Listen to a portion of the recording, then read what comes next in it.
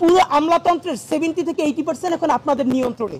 এটা আপনারা তাদেরকে বলতে হয় না, এমনি সচিব থেকে শুরু করে থানার ওসি পর্যন্ত প্রত্যেক উপজেলা বিএনপি সভাপতিরা সকালে উঠে ফোন দেয়, জিজ্ঞেস করে ভাই ডায়াবেটিসটা ভালো, খেয়াল রাখবেন, করোনা লাগলে আমারে বলবেন, স্টাফ দিয়ে পাঠাই দিব। মানে হলো এখন সচিব থেকে শুরু করে এলাকার এসআই পর্যন্ত যে যার নিয়ন্ত্রিত বিএনপির ফোন দিয়া স্বাস্থ্যের খোঁজ খবর নেয় যাতে পরবর্তী প্রমোশনটা ঠিক মতো হয়। এটা তাদের চরিত্র। তো এই সরকার তো আপনাদের নিয়ন্ত্রণে, আপনাদের আমলাতন্ত্র সেটআপ এটা নিয়ন্ত্রণে। এটা আপনারা মানে যখনই ভালো কিছু সেটা বিএনপির, যখনই খারাপ কিছু সেটা সরকারের। এই দ্বিচারিতা কেন? মেনে নিলাম সরকারের ব্যর্থতা, তাহলে সরকার যখন গ্রেপ্তার করে, পুলিশ যখন গ্রেপ্তার করে, কিছুদিন আগে পত্রিকা এসেছে আপনারা দেখেছেন না, থানার মধ্যে ঢুকে ওসির রুম তছনছ করে স্থানীয় বিএনপি কর্মীরা তারপরে তাদের আসামি ছাড়িয়ে নিয়েছে।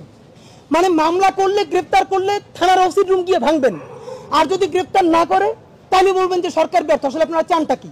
গত 1 বছরে আগের মিডিয়াগুলো তো সবাই মিলে কম বেশি আওয়ামী লীগকে চাপতে হয়েছে, ইচ্ছায় অনিচ্ছায়।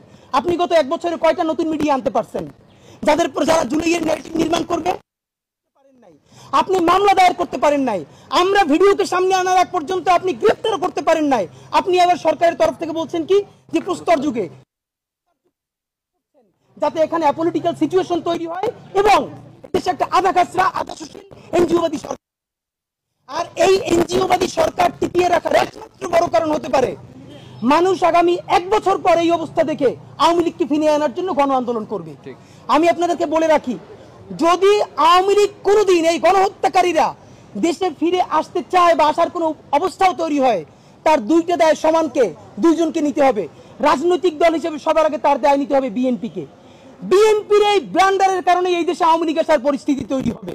আর দ্বিতীয়ত এই সুশীল এনজিওবাদী সরকার যে না পুলিশ সংস্কার করে, সে না পুলিশ নিয়োগ দেয়, না গ্রেফতার করে, না সে রুল করে, সে কিচ্ছু করে না, সে শুধু ফেসবুকে পোস্ট দেয়।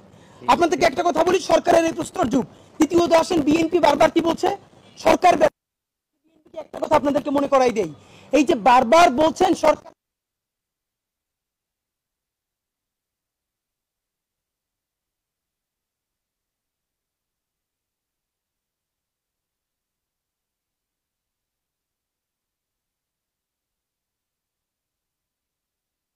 ব্যর্থ, আপনারা স্বীকার করেন আর না করেন,